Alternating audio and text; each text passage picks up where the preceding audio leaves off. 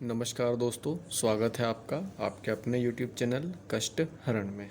मित्रों, आज हम भगवद गीता के द्वितीय अध्याय के श्लोक 20 एवं 21 पर विचार करेंगे। न जायते म्रियते वा कदाचिन्नायं भूत्वा भविता वा न भूयः अजो नित्यः शाश्वतो अयं पुराणो न हन्यते हन्यमाने शरीरे। अर्थात आत्मा के लिए किसी भी काल में न तो जन्म है न मृत्यु। वह न तो कभी जन्मा है, न जन्म लेता है और न जन्म लेगा। वह अजन्मा, नित्य, शाश्वत तथा पुरातन है। शरीर के मारे जाने पर वह मारा नहीं जाता।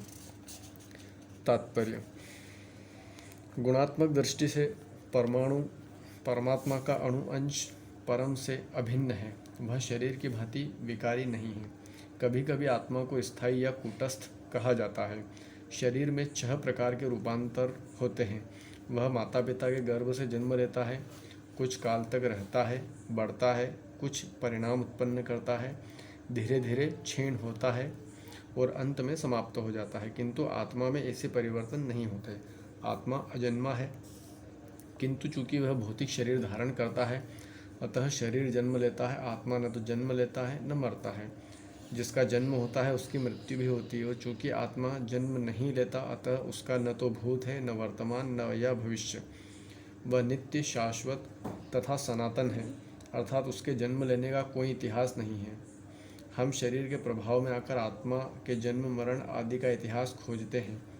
आत्मा शरीर की तरह कभी भी वृद्ध नहीं होता। अतः तथाकथित वृद्ध पुरुष भी अपने में बाल्यकाल या युवावस्था जैसी अनुभूति पाता है।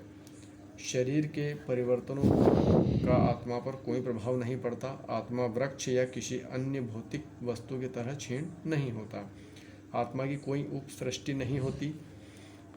शरीर की उपसृष्टि संतान है और वे भी वेष्टि आत्माएं हैं, और शरीर के कारण वे किसी न किसी की संतानें प्रतीत होते हैं। शरीर की वृद्धि आत्मा की उपस्थिति के कारण होती है, किंतु आत्मा के न तो कोई उपवृद्धि है, न ही इसमें कोई परिवर्तन होता है। अतः आत्मा शरीर के 6 प्रकार के परिवर्तन से मुक्त है। कठोपनिषद में इसी तरह का एक श्लोक आया है।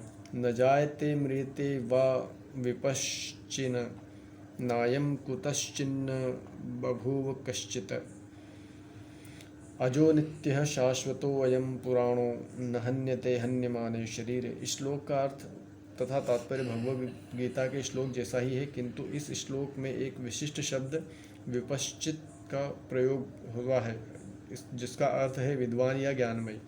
आत्मा ज्ञान से या चेतना से सदैव पूर्ण रहता है, अतः चेतना ही आत्मा का लक्षण है।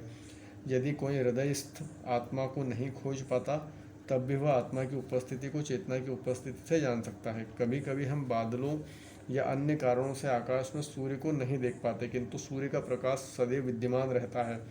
अतः हमें विश्वास हो जाता है कि यह दिन का समय है। प्रातः काल जो ही आकाश में थोड़ा सा सूर्य प्रकाश दिखता है, तो हम समझ जाते हैं कि सूर्य आकाश में है। इसी प्रकार चूंकि शरीरों में, चाहे पशु के हो या पुरुषों के, कुछ न कुछ चेतना रहती है, अतः हम आत्मा की उपस्थिति को जान लेते हैं। किंतु जीव की यह चेतना परमेश्वर की चेतना से भिन्न है, क्योंकि परम चेतना तो सर्वज्ञ है, भूत, वर्तमान तथा भविष्य के ज्ञान से पूर्ण। व्यष्टि जीव की चेतना विस्मरणशील है। जब वह अपने वास्तविक स्वरूप को भूल जाता है, तो उसे कृष्ण के उपदेशों से शिक्षा तथा प्रकाश और बोध प्राप्त होता है। किंतु कृष्ण विस्मरणशील जीव नहीं है। यदि वे ऐसे होते तो उनके द्वारा दिए गए भगवद गीता के उपदेश व्यर्थ होते। आत्मा के 2 प्रकार है, एक तो अणु आत्मा और दूसरा विभू आत्मा। कठोपनिषद इसकी पुष्टि इस प्रकार हुई है। अणोरणीयान महतो महीयान आत्मास्य जंतोर्निहितो गुहायाम तम क्रतुः पश्यति विदशोको धातुः प्रसादान महिमानमात्मनः। परमात्मा तथा अणु आत्मा दोनों शरीर रूपी उसी वृक्ष के जीव में, हृदय में विद्यमान है, और इनमें से जो समस्त इच्छाओं तथा शोकों से मुक्त हो चुका है, वही भगवत कृपा से आत्मा की महिमा को समझ सकता है। कृष्ण परमात्मा के भी उद्गम, जैसा कि अगले अध्याय में बताया जाएगा, और अर्जुन अणु आत्मा के समान है जो अपने वास्तविक स्वरूप को भूल गया है, अतः उसे कृष्ण द्वारा या उसके प्रमाणिक प्रतिनिधि गुरु द्वारा प्रबुद्ध किए जाने की आवश्यकता है। श्लोक नंबर 21। वेदा विनाशिनं नित्यं य एनमजमव्ययं कथं स पुरुषः पार्थ कं घातयति हन्तिकम्। है पार्थ, जो व्यक्ति यह जानता है कि आत्मा अविनाशी, अजन्मा, शाश्वत तथा अव्यय है, वह भला किसी को कैसे मार सकता है या मरवा सकता है। तात्पर्य, प्रत्येक वस्तु की समुचित उपयोगिता होती है और जो ज्ञानी होता है वह जानता है कि किसी वस्तु का कहाँ और कैसे प्रयोग किया जाए। इसी प्रकार हिंसा की भी अपनी